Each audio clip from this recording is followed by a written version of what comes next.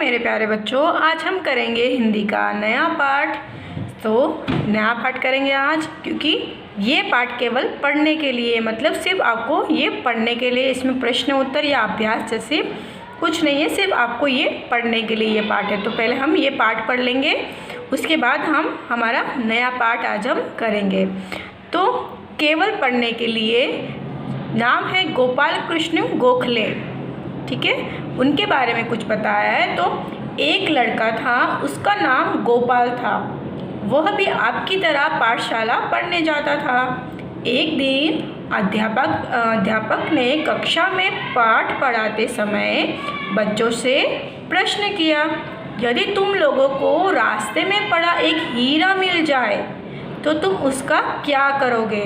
तो यहाँ पे अध्यापक ने प्रश्न पूछा है कि अगर आपको रास्ते में पड़ा एक हीरा मिल जाए तो आप उसका क्या करोगे। तो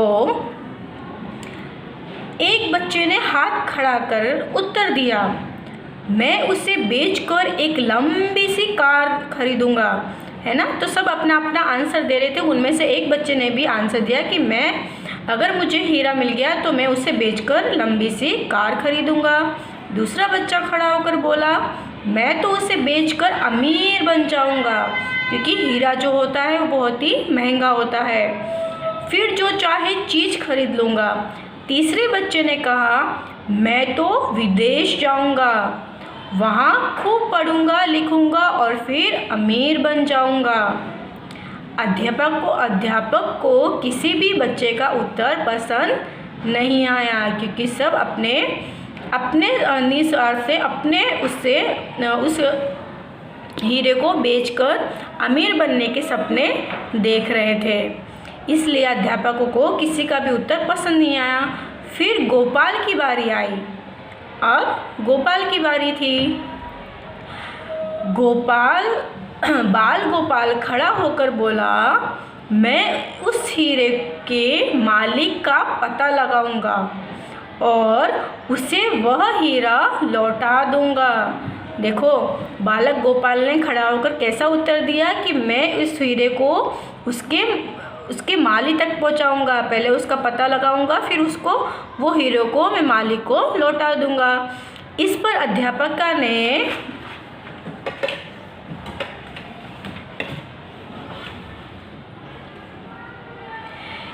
अध्यापक ने गोपाल से पूछा, और यदि उस हीरे का मालिक खूब ढूंढने के बाद भी ना मिले तो क्या करोगे। गोपाल बोला, तब मैं उस हीरे को बेच दूंगा और जो रुपए मुझे मिलेंगे उन्हें मैं अपने देश की सेवा में लगा दूंगा। बाल गोपाल की बात सुनकर अध्यापक खुश हो गए। उन्होंने गोपाल को शाबाशी देते हुए कहा, बेटा तुम बड़े होकर सच्चे देशभक्त बनोगे। और आगे चल के अध्यापक की कई बात सच साबित हुई। वह बालक बड़ा होकर सच्चा देशभक्त बना। यह बालक कोई और नहीं बल्कि गोपाल कृष्ण गोखले हैं। उन्होंने देश की आज़ादी के लिए बहुत संघर्ष किया है। उनके जैसा स्वतंत्रता सेनानियों की वजह से ही आज हमारा देश जो है वो आज़ाद है। तो बिल्कुल जो गोपाल कृष्ण गोखले थे, उन्होंने देश आज़ादी के लिए अपना बहुत ही संघर्ष किया था, ताकि हमारा देश जो है वो आज़ाद हो चुके है ना। तो हमें भी क्या करनी चाहिए, हमें भी जो है देश की सेवा करनी चाहिए जितनी भी हमसे हो सके, और एक सच्चा और अच्छा देशभक्त बनना चाहिए। अब आ जाता है हमारा नया पाठ नंबर 15, नाव चली। पाठ का नाम है नाव चली। ये एक चित्र कथा है जो चित्र द्वारा दर्शाई गई है। तो क्या है इस कहानी में, देखते हैं। चूजा, चूहा, चींटी और गिलहरी 4 दोस्त थे। एक दिन चूजे ने कहा, तो सबसे पहले यहाँ पर 4 दोस्त थे। 4 दोस्त कौन कौन से हैं। चूजा, ये रहा चूजा। चूहा, ये है चूहा। चींटी, ये रही चींटी। और गिलहरी ये रही। तो एक बार 4 दोस्त थे। तो एक दिन चूजे ने कहा, चलो हम सब घूमने चले और दुनिया देखें। एक दिन चूजे ने कहा चलो हम सब दुनिया देखते हैं और घूमने चलते हैं। तभी चूहा बोलता है हाँ हाँ दुनिया बहुत बड़ी है, हम सब नई नई चीज़ें देखेंगे। अब वे सब चल पड़े, अब सबके सब दुनिया घूमने चल पड़े। चलते चलते वे एक नदी के किनारे पहुँचे। वहाँ पर एक मेंढक बैठा था। गिलहरी बोली अरे आगे तो नदी है, अब कैसे जाएंगे? मेंढक भाई क्या तुम हमारी मदद कर सकते हो? ये रहा मेंढक। तो मेंढक बोलता है मेरी तरह तुम सब तैरकर नदी पार कर लोगे? तो मेंढक बोलता है क्या तुम मेरी तरह तैरकर नदी पार कर लोगे? उतने में गिलहरी बोलती है मेंढक भाई हम तो तैरना जानते ही नहीं, हम नदी पार कैसे करेंगे? जितने लोग थे वो किसी को भी जो तैरना है वो नहीं आता, ना चूहा तैर सकता है, ना चींटी, ना चूजा और ना गिलहरी, तो वो हम नदी कैसे पार करेंगे?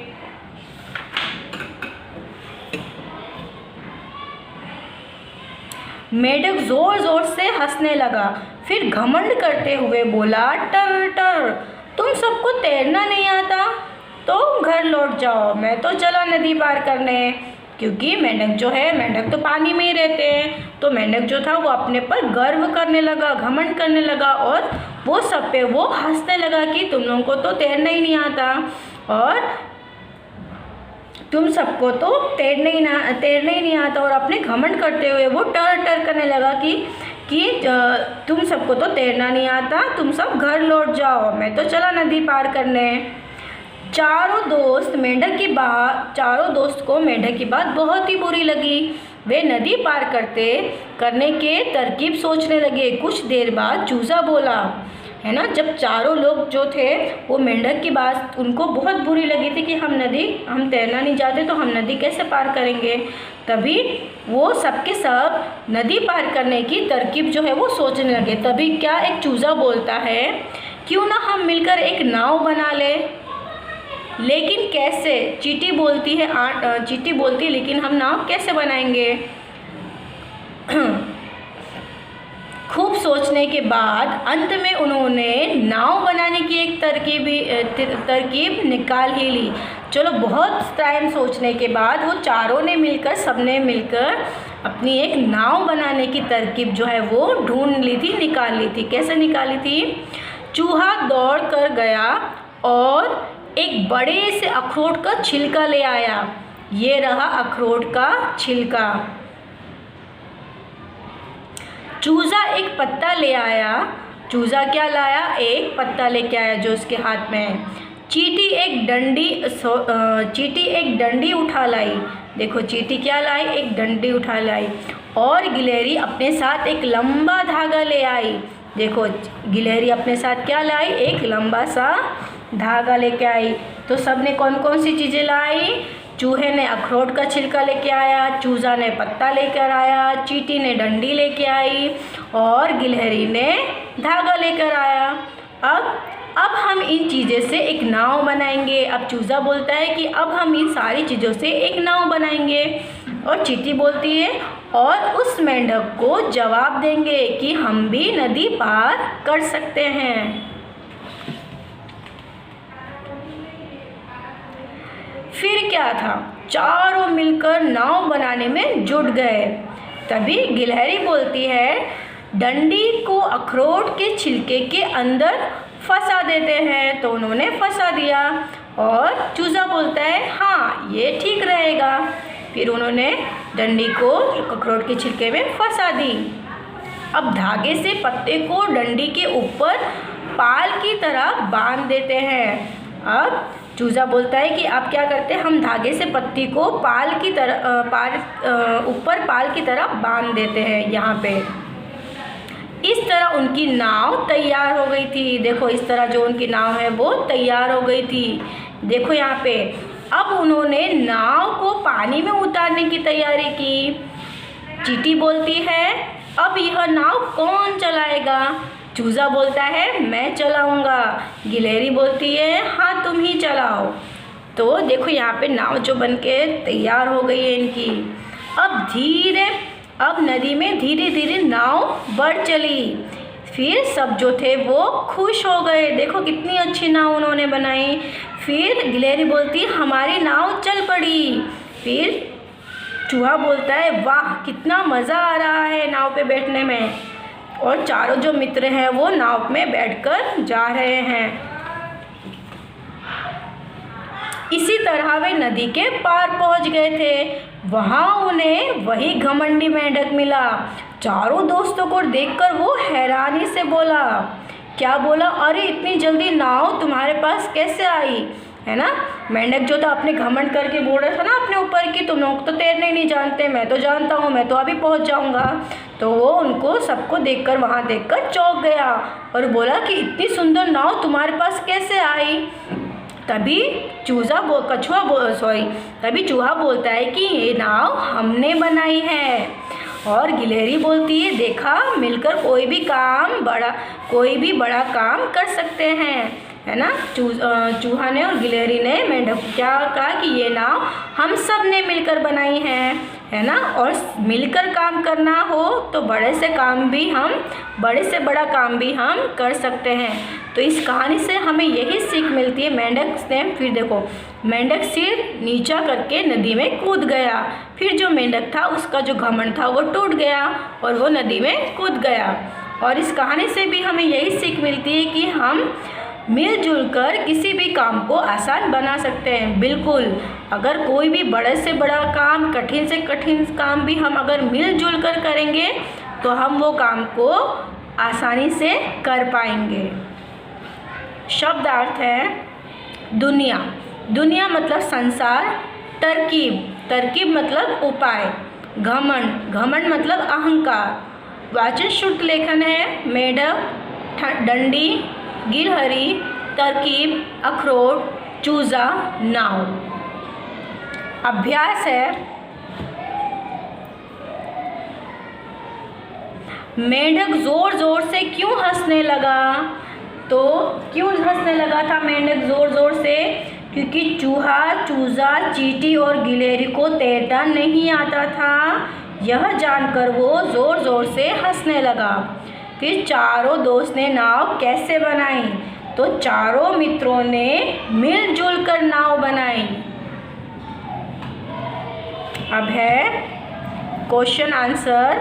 दिए गए प्रश्नों के उत्तर में राइट का निशान लगाओ। तो चूजे ने कहाँ घूमने की बात की? तो चूजे ने दुनिया घूमने की बात की थी। चींटी नाव बनाने के लिए क्या लाई? तो चींटी जो थी वो डंडी लेके आई थी नाव बनाने के लिए। दिए गए प्रश्न के उत्तर लिखिए। प्रश्न है चार दोस्त कौन कौन थे, उनका नाम लिखिए। तो चार दोस्त थे, चूहा, चींटी और गिलहरी थे। फिर है नाव बनाने के लिए कौन कौन क्या क्या लाया? तो नाव बनाने के लिए चूहा अखरोट का छिलका, चींटी डंडी, चूजा एक पत्ता और गिलहरी लंबा धागा लेकर आई थी। इस चित्रकथा से आपको क्या सीख मिलती है? तो इस चित्रकथा से हमें सीख मिलती है कि हम मिलजुल कर किसी भी काम को आसान बना सकते हैं।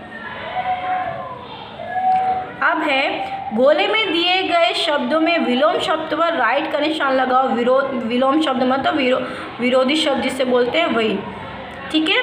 तो हंसना का विरोधी होता है रोना। तो रोने पे आपको टिक करना है दोस्त का विलोम अर्थ होता है दुश्मन। अपोजिट वर्ड बताना है, इंग्लिश में बोलते हैं ना अपोजिट, विरुद्धार्थ। वैसे ही एक का होता है अनेक और सवाल का होता है जवाब।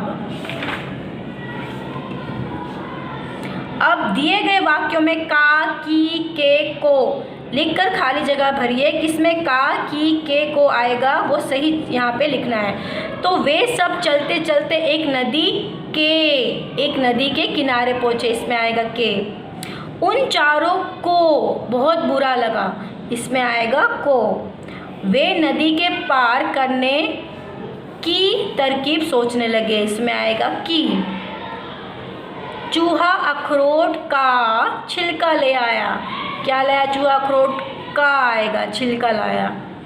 चलो उसके बाद ड और ढ में अंतर समझकर दो दो शब्द लिखिए। चलो, किसमें ढ आएगा, किसमें ड। ड से डमरू वाला ड है और ढ से ढक्कन वाला।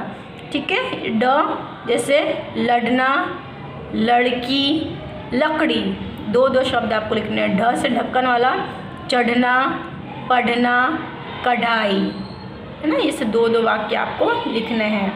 अब क्या है, इस बातचीत को पढ़िए और आगे बढ़ाइए। रोहन, कौन कौन सी जीव पानी में रहते हैं? तो मोहित, मेढक, मछली, कछुआ आदि जो है वो पानी में रहते हैं। रोहन, मेढक पानी के अलावा और कहाँ रह सकता है? तो मोहित, मेढक पानी के अलावा धरती पे भी रह सकता है। देखो, पानी ऐसा जीव होता है जो मेढक ऐसा जीव होता है जो पानी में और धरती दोनों जगह पर रहता है। अब क्या बोल रहे हैं, चित्रकथा को कहानी रूप से सुनाइए। जो चित्रकथा उनको कहानी के रूप से सुनाना है। इस चित्रकथा में आए 4 दोस्त के चित्र अपनी स्क्रैप बुक में चिपकाइए और उनके बारे में दो दो वाक्य लिखिए। जो जो चित्र हैं, जो मित्र हैं इस पाठ में, उसका आपको चित्र चिपकाना है अपनी स्क्रैप बुक में और उनके बारे में दो दो वाक्य लिखना है। जैसे 4 दोस्त कौन कौन से हो गए? चूज़ा के बारे में 2 वाक्य लिखो, चींटी के बारे में 2 वाक्य लिखो, गिलहरी के बारे में 2 वाक्य लिखो और चूहे के बारे में 2 वाक्य लिखो। तो हम कैसे लिख सकते हैं? जैसे चूहा बिल में रहता है और इसके दांत बहुत तेज़ होते हैं। और चूज़ा मुर्गी के बच्चे को चूज़ा कहते हैं, वह फुदक फुदक कर चलता है। ऐसा 2 वाक्य लिख सकते हैं। फिर चींटी के बारे में लिखना हो तो ये बहुत मेहनती होती है, चींटी देखने में छोटी होती है। और गिलहरी का 2 वाक्य कैसे लिखेंगे? गिलहरी पेड़ पर रहती है, इसकी पीठ पर धारियाँ होती है। ऐसे आपको 2 वाक्य जो है वो लिखना है चित्र चिपका के फिर नीचे। उसके बाद है, इन शब्द को ऐसे भी लिख सकते हैं, जैसे डंडी, घमंड, ऐसे भी इन वाक्य को लिख सकते हैं। तो यहाँ पर ही आपका जो पाठ है वो ख़त्म होता है। Thank you.